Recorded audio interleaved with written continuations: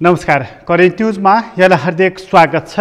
म प्रकाश गिरी। करेन्ट न्युजमा हामी कुनै पनि विषयवस्तु उठान मात्र गर्दैनौँ, यसको चिरफार अनि विश्लेषण पनि गर्ने गर्दछौँ। प्राकृतिक विपत्तिले अहिले नेपाललाई घेरेको छ। असारको 1 गते नै बाढी आयो, जसले गर्दा सिन्धुपाल्चोकमा निकै ठुलो विपत्तिको सामना गर्नु परेको छ।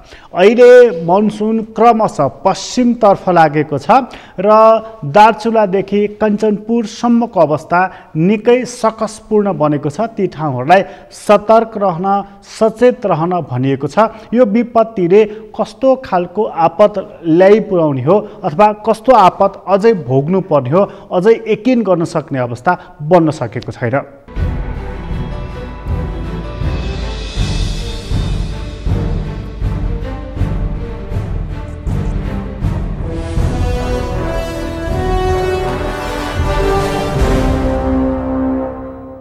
मनसुनको सुरुवातमा नै नेपालमा ठुलो विपत्तिको सामना गर्नु परेको छ। त्यसले कयौं मानिसहरू बेपत्ता भइरहेका छन्। यसका अझै पनि खबरहरू प्राप्त भइरहेका छन् र हेलम्बुबाट मात्रै प्राप्त खबरअनुसार 23 जना मानिसहरू बेपत्ता भएका छन्। कयौं घरहरू भत्किएका छन्।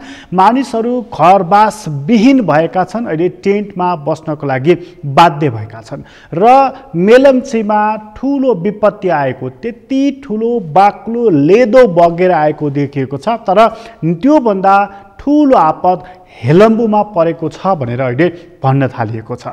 त्यहाँ प्रहरीको कार्यालयदेखि स्कुलका भवनसम्म पनि भत्किएका छन्। ती त्यसै गरी ढलेका छन्। कुरा केवल सिन्धुपाल्चोकको मात्रै छैन, मनाङको पनि उस्तै खालको रहेको छ। त्यसै गरी पश्चिममा सेतीको त्यहाँदेखि महाकालीसम्मको प्रभाव उस्तै रहेको छ। त्यसले कुन तहको असर पार्ने हो र कुन तहको क्षति हामीले बेहोर्नु पर्ने हो भन्ने कुराको आकलन अहिले गर्न सक्ने अवस्था बनेको छैन। तर मौसमविदहरूले गत सालभन्दा यसपटक चाहिँ बढी क्षति हुनेछ भनेर अनुमान गरिसकेका छन्। त्यो बढी क्षति हुने भइसकेपछि त्योभन्दाको पूर्व तयारी चाहिँ हाम्रो कस्तो रह्यो? सधैँ पूर्व तयारी हाम्रो किन फितलो रहन्छ? बाढी आइसकेपछि उद्धार र राहतमा जुन हाम्रो हतारो रहने गर्छ, त्योभन्दा पहिले नै बाढीले क्षति नपुगोस् भन्ने कुराको सतर्कता किन अपनाइँदैन? आजको अङ्कको मूल विषय रहनेछ र कार्यक्रमको सुरुवातमा चाहिँ हामी एकजना त्यस्ता विज्ञ जसले यो प्रकोपको, यो विपत्तिको क्षति न्यूनीकरण गर्नको लागि सङ्घीय संरचना अनुसार छलफल गर्नुपर्छ, अन्तर्क्रियाहरू गर्नुपर्छ, त्यसअनुसार कार्यान्वयनमा पनि सङ्घीय संरचनालाई जीवन्त बनाएर अगाडि बढ्नुपर्छ भनेर एकजना विज्ञले भनेको कुरा सुरुवातमा प्रस्तुत गर्दछु।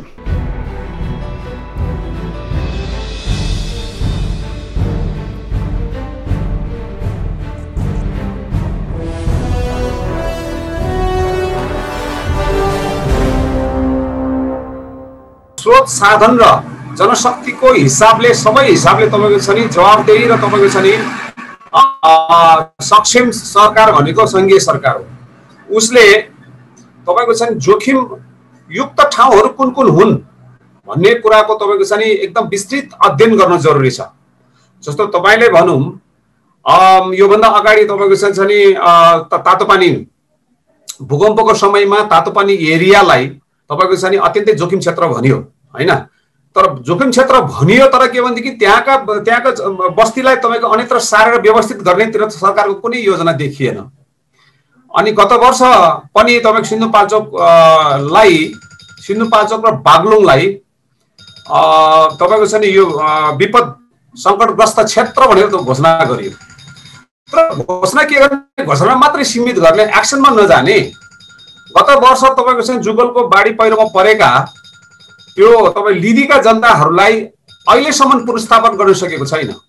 भनेपछि यो पुनर्स्थापन गर्ने सबै जिम्मेवारी के हो भन्दाखेरि हामी स्थानीय तहले त व्यवस्थापनको जिम्मेवारी मात्रै लिने हो, सहकारी मात्रै गर्ने, समन्वय मात्रै गर्ने हो। तर स्रोत र साधन व्यवस्थापन त तपाईको सङ्घीय सरकारले गर्ने हो नि। भनेपछि मैले उदाहरणको रूपमा भन्नु खोजेको। त्यसकारण यी कामहरू सबै ढिला सुस्तीमा छन्। र अर्को महत्त्वपूर्ण कुरा चाहिँ के हो भने सङ्घीय सरकारले यो विपद व्यवस्था सम्बन्धी तपाईको अन्तर्राष्ट्रिय सन्धि अभिसन्धिहरुमा तपाईको हस्ताक्षर गरेको छ। हैन। अब तपाईको छ नि सेन्डाई फ्रेमवर्क तपाईको 2015 देखि 30 सम्मको तपाईको प्लान छ। त्यसले तपाईको 4 वटा प्रायोरिटी निर्धारण गरेका छन्। त्यो 4 वटा प्रायोरिटी निर्धारण गरेका विषयमा संघीय सरकारले अहिलेसम्म नेपाल चाहिँ तपाईको चाहिँ जियोग्राफिकल्ली तपाईको चाहिँ डेन्जर जोन कहाँ हो त्यसको पहिचान गर्ने र त्यो ठाउँमा कुनै पनि डेभलपमेन्ट एक्टिभिटिजहरु अनि नयाँ सेटलमेन्टहरु अथवा तपाईको चाहिँ बस्तीहरु तपाईको बसाल्नु हुँदैन भन्ने खालको तपाईको छ नि कुनै किसिमको तपाईको छ नि न त नीतिगत व्यवस्था गर्न सक्यो न त कानुन व्यवस्था गर्न सक्यो न एक्सनमा जान सक्यो। यी कारणले हो नि त देशभरि नै तपाईको छ नि भौगोलिक यो भौगोलिक दृष्टिकोणले खतरा युक्त ठाउँहरुलाई तुरुन्तै तपाईको छ नि रेड जोनमा राखेर त्यहाँबाट तपाईँ बस्ती सार्न सकेन भने यो विपद तपाईको छ सधैँभरि आइराख्ने हो। यो आर्थिक वर्ष तपाईको छ नि यो जलवायु विज्ञान विभागले तपाईको छ नि के रे फोरकास्ट गरेको छ तपाईको एकदमै अधिकतम वर्षा हुन्छ भनेको छ हैन। भनेपछि अहिले असार 1 गते त यत्रो बितर नमचाइसक्यो। हामी 3 महिना तपाईको बर्सात गुज्रिदै छौं। भनेपछि यो 3 महिना हामी कसरी तपाईको बस्न सक्छौं भन्ने बारेमा तपाईको सोच्नु पर्यो नि त। अब तीनटै तहको सरकारलाई तपाईको प्रभावकारी रूपमा समन्वय गर्नका निम्ति त्यो समन्वयकारी भूमिका निर्वाह गर्ने तपाईको निकायहरु मन्त्रालयहरु पनि सक्रिय हुनु पर्यो र तपाईको ऐनमा व्यवस्था गरे बमोजिमको संयन्त्र पनि तपाईको सक्रिय हुनु पर्यो।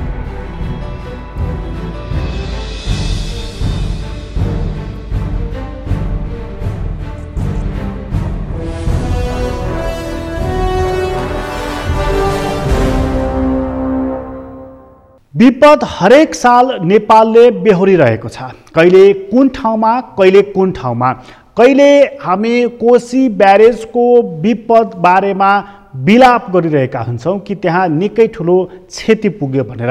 कहिले जुरेको पहिरोले निकै ठुलो समस्या ल्याएको हुनाले त्यतातर्फ ध्यान दिइरहेका हुन्छौं। अहिले मेलम्चीदेखि दार्चुलासम्मको जुन खालको समस्या देखिएको छ यो विपद आउँछ भन्ने कुरा गत साल पनि थाहा थियो कि यसै गरी बाढी आउनेछ, पहिरो आउनेछ, विपद हुनेछ भनेर। अझै डुबानको समस्या हामीले भोगिसकेका छैनौं यो सालमा।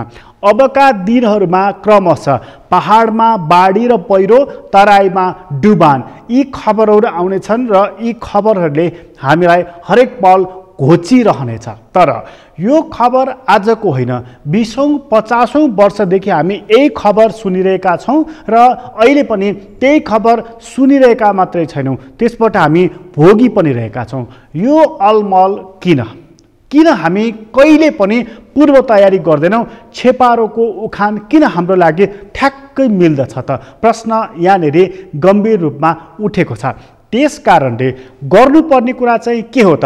अहिले विपद आइसकेको छ, त्यसकारणले तत्काल उद्धार र राहतमा बढ्ता ध्यान दिनु पर्दछ, यसमा कुनै विवाद छैन। तर यो पार गरिसकेपछि हामीले अर्को सालको लागि अपनाउनु पर्ने तयारी चाहिँ के हो त? त्यो ध्यानपूर्वक हामी किन पालना गरिरहेका छैनौं त? हामी अर्का एकजना विज्ञको भनाइ यहाँ प्रस्तुत गर्दैछौं।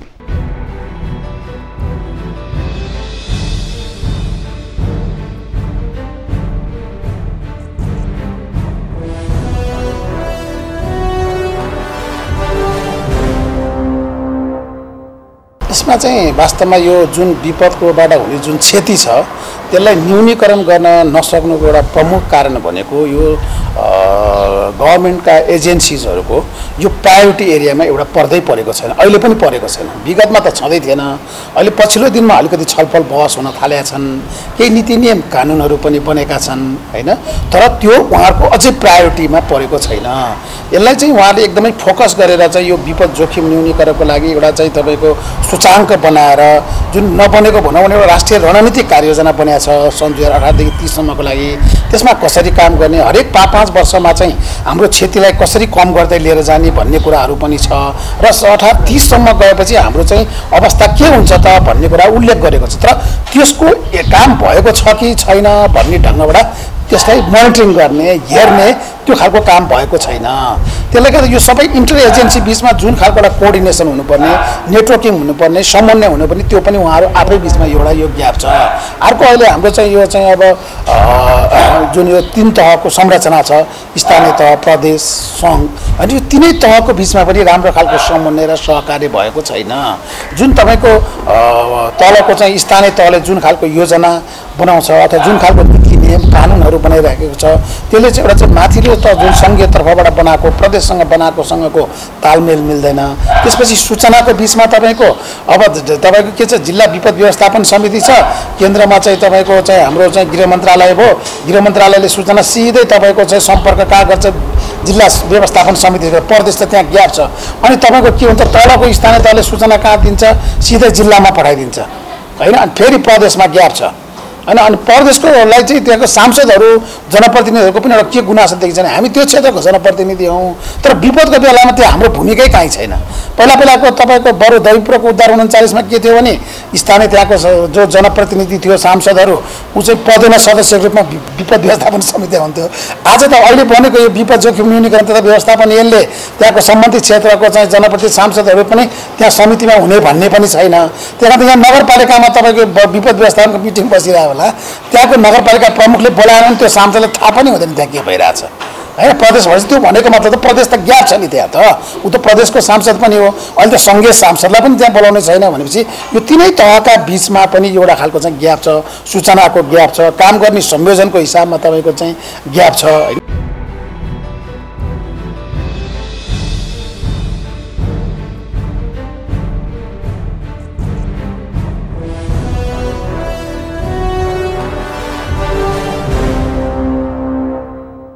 विपदको बेलामा जहिले पनि यो विपद पर्यटन नेपालमा चल्ने गर्दछ। जहाँ पहिरो जान्छ, जहाँ बाढी आउँछ, जहाँ डुबान हुन्छ, ती ठाउँमा ठुला ठुला हेलिकप्टरहरू चल्ने गर्दछन्। मन्त्री, प्रधानमन्त्री, सांसद, यी सारा मानिसहरूको ओहिरो लाग्ने गर्दछ। उनीहरू जान्छन्, निरीक्षण गर्छन्, निर्देशन दिन्छन् र सर्लक्क फर्किन्छन्। समस्या जस्ताको तस्तै रहन्छ।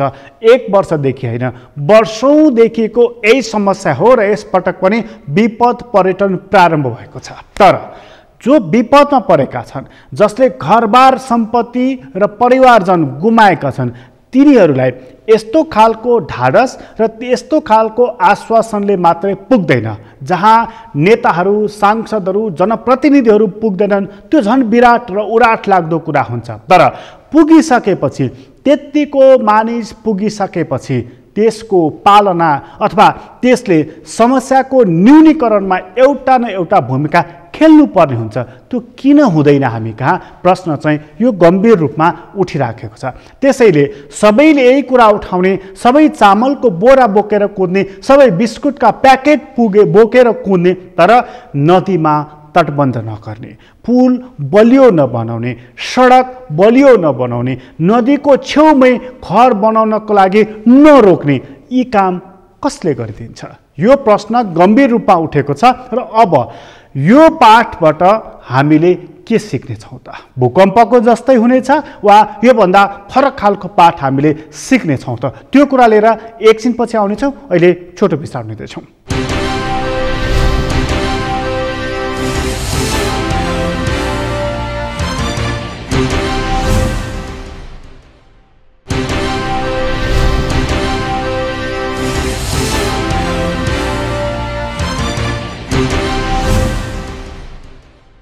विश्रामपछि पुनः स्वागत छ। हामी करेन्ट न्युजमा छौँ र करेन्ट न्युजमा कुराकानी गर्दैछौँ। विपदले हामी घेरिएका छौँ। एकातर्फ कोभिड छ, अर्कोतर्फ बाढी पहिरो छ। यो बाढी र पहिरोले साह्रै सताएको छ। कोभिड अर्कोतर्फ छँदै छ।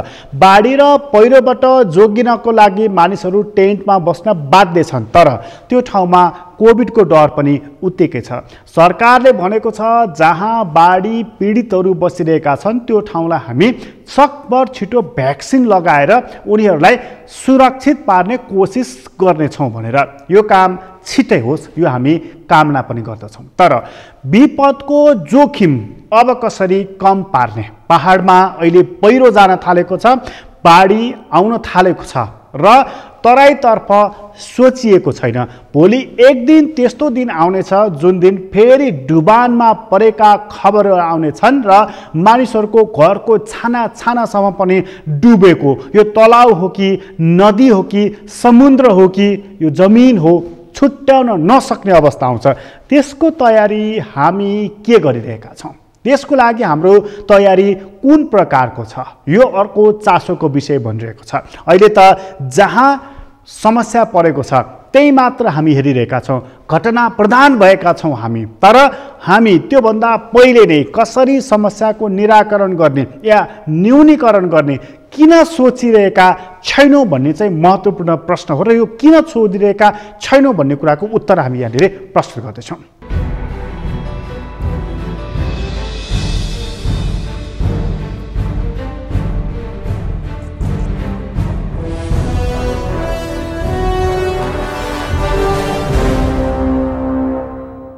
विकासका आयोजनाहरू चाहिँ को बारेमा चाहिँ प्रारम्भिक रूपमा छलफल गर्दाखेरि नै त्यो ठाउँ त्यहाँको भूगोल कस्तो छ, त्यहाँको भूगर्भ कस्तो छ, त्यहाँ सम्भावित जोखिमहरू के छन्, होइन, त्यहाँ बाढीको अवस्था के छ, पहिरोको अवस्था के छ, भुइँचलोको अवस्था असर के रहन सक्छ, त्यो लगायत यस्ता यस्ता बहुप्रकोपहरूको चाहिँ राम्रोसँग मूल्याङ्कन गरिसकेपछि त्यसले पार्ने चाहिँ सम्भावित असर, ती प्रकोपहरूको जोखिम अनि त्यो प्रकोपहरूले लिएर आउन सक्ने विपत्ति र यी सबै कुराहरूको विश्लेषण गरिसकेपछि कुनै पनि ठुला आयोजनाहरूको चाहिँ कामहरू अगाडि बढ्छ।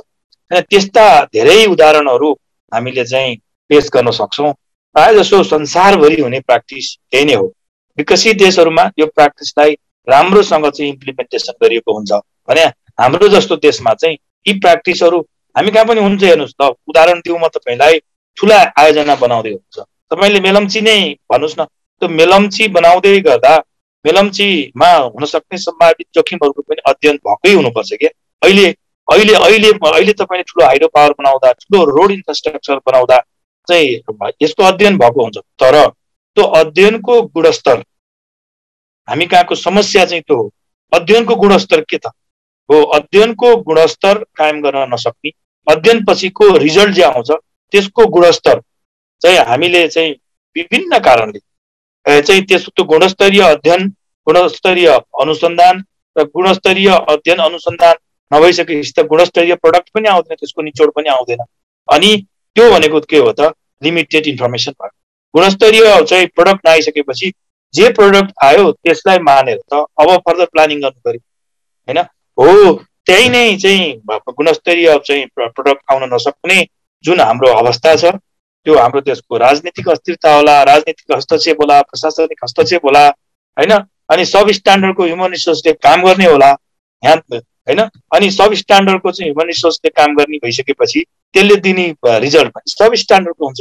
त्यस कारणले गर्दा चाहिँ हामी कहाँको चाहिँ समस्या, हाम्रो जस्तो देशमा हाम्रो गभर्निङ सिस्टमले गर्दा अथवा मैले भन्छ राजनीतिक कारण होला, प्रशासनिक कारण होला, गभर्नेन्सको कारण होला, त्यसले चाहिँ राम्रोसँग मियो भएर चाहिँ यस्तो कामहरूलाई चाहिँ इम्प्लिमेन्टेसन गराउनु पर्नेमा त्यो गर्न नसकेपछि अब चाहिँ हामी जहिले पनि हाम्रो हाम्रो हाम्रो जुन चाहिँ प्लानिङ हुन्छ त्यो जहिले पनि सब स्ट्यान्डर्डको हुन्छ र परिणाम सब स्ट्यान्डर्डको आउँछ।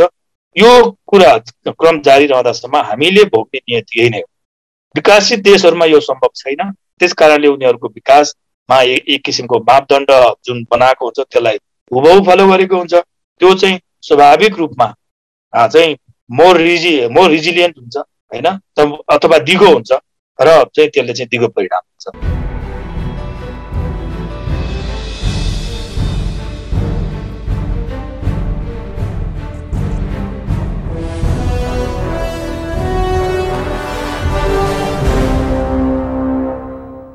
यो देशमा धेरै मानिसहरू मन्त्री भए, सांसद भए, प्रधानमन्त्रीसम्म पनि भएका छन्। थुप्रै कुरा गर्न जान्ने विज्ञहरू पनि हामी कहाँ प्रशस्त मात्रामा रहेका छन्। तर समस्या चाहिँ उहिलेदेखि अहिलेसम्म उस्ताको उस्तै रहेको छ। के कारणले? नीतिहरू किन फितलो बनिरहेका छन्? बनेकै नीतिहरूको कार्यान्वयन किन फितलो भइरहेको छ? र यस्तै हो चलिरहन्छ भन्ने कुराको हामी कहाँ किन प्रबल मत रहेको छ, यो अर्को महत्त्वपूर्ण पक्ष रहेको छ। त्यसैले केवल कुरा विज्ञको, प्राविधिकहरूको, कर्मचारीको, आम जनताको मात्र रहेको छैन, नेताहरूको, जनप्रतिनिधिको पनि रहेको छ।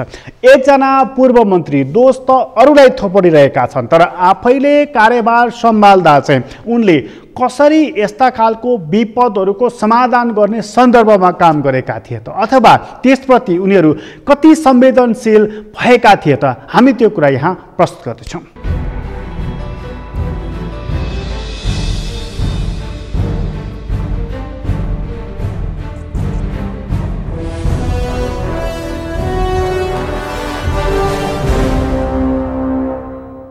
पुरा कसो भन्दाखेरि सेन्ट्रलाइज यो सिस्टमको चाहिँ यो मनस्थितिबाट चाहिँ उहाँले चाहिँ काम गरिरहेको चाहिँ देखियो। तर अब चाहिँ केन्द्रीकृत एकात्मक व्यवस्थाबाट संविधान सभाबाट त संहितामा जाने भनेर त संविधानै जारी गरिसकेपछि उहाँ त के भन्ने सङ्घीय सरकारको हेड हो नि त उहाँ। तर उहाँले चाहिँ गर्नुपर्ने काम के हो त, के थियो त भन्दाखेरि यो विकास निर्माण सुशासन दिनेदेखि लिएर यो संहितालाई कार्यान्वयन गर्नुको लागि यो यो चाहिँ प्रदेशले पाउनुपर्ने अधिकारहरू, यो चाहिँ स्थानीय सरकारहरूले पाउनुपर्ने अधिकारहरूलाई आवश्यक परेका सङ्घीय कानुनहरू जुन समयमा उहाँले चाहिँ बनाएर सबैलाई चाहिँ आफ्नो रेस्पोन्सिबिलिटी अनुसार काम गर्ने दिएको भए त यो हुँदैन थियो नि त। कुरा के हो भन्दाखेरि म्यान्डेट चाहिँ पिपुलले चाहिँ दियो, तर म्यान्डेट अनुसारको काम चाहिँ यो सरकारले बिल्कुल गर्न सकेन। र आफ्नो कमी कमजोरी चाहिँ के हो भन्दाखेरि यो कन्स्टिट्युसनलाई चाहिँ थिचोमिचो गर्ने, अब र यो हाउसलाई चाहिँ पटक पटक चाहिँ डिजल्भ गर्ने कामबाट चाहिँ उ गरिरहेको छ। र मेन कुरा के हो भने तपाईँले भन्नुभयो हो, म चाहिँ प्रथम संविधान सभापछि म चाहिँ यो चाहिँ भनौँ न सुशील कोइरालाजी प्रधानमन्त्री, म चाहिँ म पनि डेप्युटी प्राइम मिनिस्टर थिएँ। र त्यसबेला मैले चाहिँ यो सङ्घीय मामला तथा यो स्थानीय विकास मन्त्रालय सम्हालेको थिएँ। र त्यसबेला हाम्रो समयमा पनि त योभन्दा ठुलो भयानक भुइँचालो गएको हो नि त। भुइँचालो जान साथै स्थानीय सरकारहरू अलि एक्टिभ भयो भने के हुनसक्छ भने इक्जाम्पल त हामीले त्यसबेला के डिसिसन गऱ्यौँ भन्दाखेरि यो जुन जुन ठाउँमा चाहिँ भूकम्पले चाहिँ प्रभावित गरेको छ ती वडाहरूमा चाहिँ हामीले चाहिँ तत्कालै इमिजिएट यो चाहिँ सेन्ट्रलबाट आउने त आउँछ, तर इमिजिएट चाहिँ के हो भन्दाखेरि भुइँचालो गएको छ, घर ध्वस्त भएको छ, बस्ने ठाउँ केही छैन, त्यस्तोलाई चाहिँ के हो भन्दाखेरि हामीहरूले चाहिँ रकमहरू चाहिँ दिएर इमिजिएटली ठाउँमा चाहिँ जहाँ जहाँ चाहिँ त्यो प्रभावित भएको छ तिनीहरूलाई फर्स्ट यो चाहिँ के छ भन्दाखेरि गभर्मेन्ट चाहिँ छ है भन्ने कुरा त हामी चाहिँ स्थानीय यो विकास मन्त्रालयबाट, सङ्घीय मानव तथा स्थानीय विकास मन्त्रालयबाट यो चाहिँ निर्णय गरेर तत्कालै हामीले चाहिँ पठाएको हो नि त। त्यसपछि अनि चाहिँ फेरि केन्द्रबाट पनि काम सुरु भयो, त्यो आफ्नो ठाउँमा चाहिँ छ। यो कुरा के हो भन्दाखेरि यो संहितामा गइसकेपछि यो चाहिँ सेन्ट्रल गभर्मेन्टले अब चाहिँ यो चाहिँ अब ओलीजी त के भन्नुहुन्छ, यो प्रदेश भनेको के हो, यो प्रादेशिक सरकार भनेको यो त अब केन्द्रको एउटा निकाय हो भनेर भन्नुहुन्छ। अब त्यस्तो हल्का फुल्का गर्नुहुन्छ उहाँ। त्यो कारणले गर्दाखेरि यो संविधानको भावना र मर्म अनुसार, लेटर स्पिरिट अनुसार यो चाहिँ जुन उहाँले चाहिँ प्राथमिकतामा दिएर यो चाहिँ जुन संहितालाई चाहिँ कार्यान्वयन गर्नुको लागि, संस्थागत गर्नुको लागि आवश्यक सङ्घीय कानुनहरू उहाँले चाहिँ नबनाएकै कारणले गर्दाखेरि, ढिलासुस्तीले गर्दाखेरि यसमा चाहिँ धेरै अहिले भनौँ न, नत्र त के हो भन्दाखेरि यो प्रान्तीय सरकार र स्थानीय सरकार एक्टिभ अधिकार सम्पन्न भएको भए त पुरा गरिहाल्थ्यो।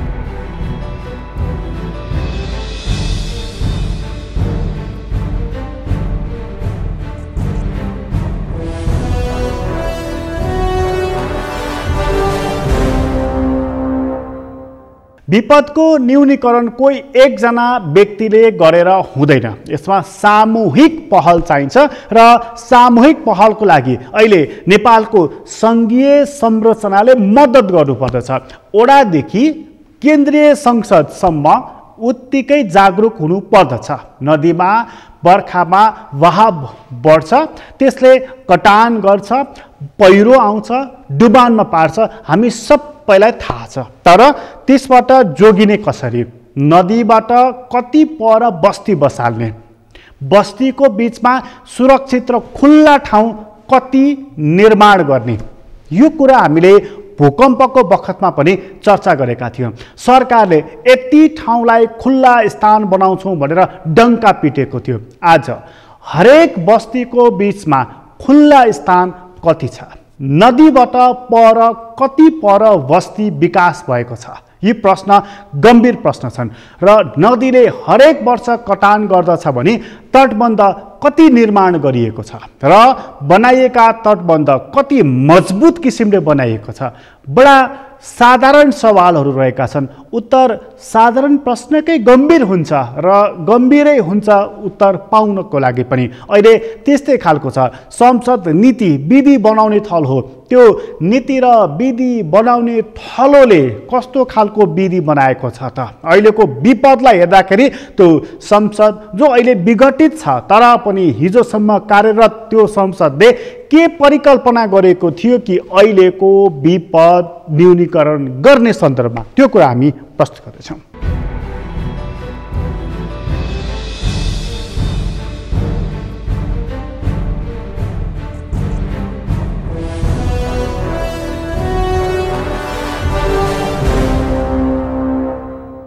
तीनै तहको सङ्घ, प्रदेश र स्थानीय तहको चाहिँ समन्वयात्मक भूमिका खेल्नु पर्ने हुन्छ। किनभने हाम्रो संविधानले तीनै तहको सरकारलाई आफ्ना आफ्नो चाहिँ अधिकारहरू प्रत्यायोजित गरेको छ।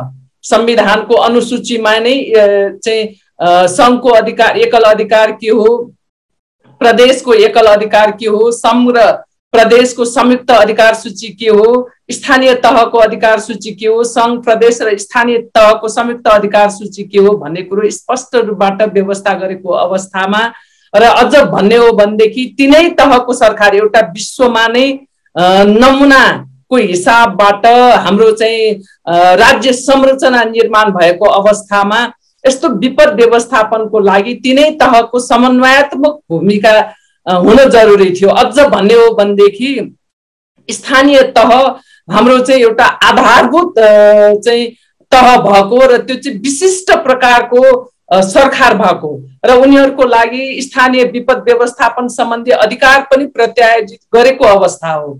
र यो अवस्थामा तीनै तहको केन्द्रले नीति तर्जुमा गर्ने, सङ्घले र प्रदेशले आफ्नो प्रदेशभरिको चाहिँ भूमिकाहरू निर्वाह गर्ने, समन्वय गर्ने, प्रदेशले स्थानीय तहहरूको बीचमा समन्वय गरेर एउटा पुलको भूमिका खेल्ने र स्थानीय वास्तविक रूपबाट क्रियाशील चाहिँ स्थानीय तह हुनुपर्ने हो। तर त्यो खालको नभएर अझै पनि हाम्रो चाहिँ हिजोकै जस्तो मानसिकता, केन्द्रीकृत एकात्मक राज्य चाहिँ प्रणालीको मानसिकता र त्यो धङधङ्ती रहेको कारणले गर्दाखेरि आफ्ना चाहिँ तल अधिकार प्रत्यायोजन गरिसकेर पनि त्यो अधिकार दिन चाहिँ नचाहने कारणले गर्दाखेरि यो चाहिँ हुन नसकेको हो भन्ने नै मेरो चाहिँ ठहर हो। यही कोणबाट चाहिँ हामीले राज्य व्यवस्था तथा सुशासन समितिले पटक पटक नै यो तीनै तहको समन्वयात्मक भूमिकाबाट अगाडि जानु पर्दछ र हाम्रो एउटा कमी के रह्यो भने विपद लागिसके पछाडि त्यसको उद्धारको लागि चाहिँ अलिक क्रियाशील हुने, राहतको लागि पनि हाम्रा चाहिँ सहयोगी हातहरू धेरै बढ्ने, देश विदेशबाट नै बढ्ने, तर त्यसको चाहिँ प्रतिकार्यको लागि अगाडि नै पूर्व तयारी गर्नुपर्ने, हुन सक्ने कुराहरू अगाडि नै गर्नुपर्ने,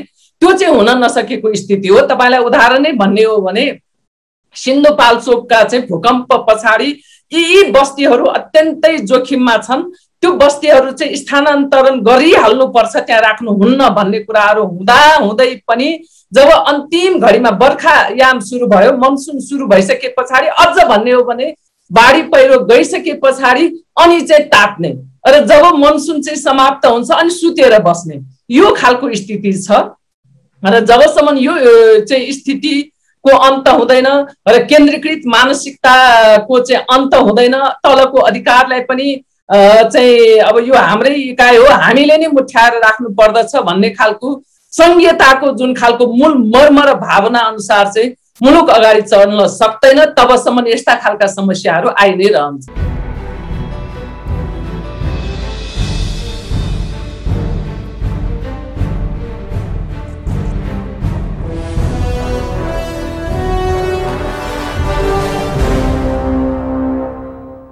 जनप्रतिनिधिहरू किन चाहिन्छ? केवल 5 वर्षमा एकपटक नमस्कार गर्दै मत माग्नको लागि, तपाईको गाईको दुध दुहुनको लागि, घाँस काटिदिनको लागि वा अन्य केही काम गर्नको लागि? जनप्रतिनिधिको काम के हो? यो कुरा अब उल्लेख हुनुपर्छ, यो कुरा अब प्रश्न पनि हुनुपर्दछ। जनप्रतिनिधि त्यही सफल जनप्रतिनिधि हो जसले संसदमा पुगेर राम्रो विधि बनाइदिन्छ, त्यो नै राम्रो जनप्रतिनिधि हो। तर अहिले धारोको कुरा, पानीको कुरा, ढलको कुरा, यस्ता खुद्रा मसिना कुराहरूमा नै जनप्रतिनिधिहरूको ध्यान गइरहेको छ। 2 लाख तिरेर एउटा कुलो बनायो, बर्खामा आएको बाढीले सबै चिज बगायो, त्यसपछि के बाँकी रहन्छ त? प्रश्नहरू थुप्रै रहेका छन्। यी प्रश्नहरूको उत्तर दिने कसले हो? अब यसबारेमा ध्यान दिनु जरुरी रहेको छ। अहिले पनि हामीसँग तल्लो तहको संरचना छ, प्रदेशको पनि संरचना छ, केन्द्रीय संरचना पनि रहेको छ। यी सबै संरचनाहरू एक नासले विकास निर्माणका कामहरू गरिरहेका छन्। तर त्यही डोजरे विकासले नै अहिले विनाश ल्याइरहेको त होइन, यो कुरालाई पनि ध्यान दिन जरुरी रहेको छ। सँगै डोजरे विकास एकातर्फ रहेको छ, भूकम्पले थिलथिलो भएको हाम्रा पहाडहरू छन् र ती थिलथिलो भएको पहाडको संरचना फेरि बलियो र मजबुत हुनको लागि कति वर्ष लाग्छ? यसबारेमा कसले अध्ययन गरेको छ? बाढी, पहिरो र डुबान भएका ठाउँमा नेता मन्त्रीहरू छाता ओढ्दै हिँडेका त हामीले प्रशस्त देखेका छौँ। तर के कारणले बाढी आयो, के कारणले डुबान भयो, पहिरो यो ठाउँमा किन आयो भनेर विज्ञहरू त्यसरी कति पठाइएका छन्, कति गएका छन्, त्यसको अध्ययन, अनुसन्धान र निष्कर्ष के छ हामीले कहाँनिर हेरेका छौँ? जब अध्ययन अनुसन्धानमा अर्थात् रिसर्चमा लगानी गरिँदैन त्यो राष्ट्र कसरी समृद्ध हुन्छ, त्यो राष्ट्र कसरी बन्छ?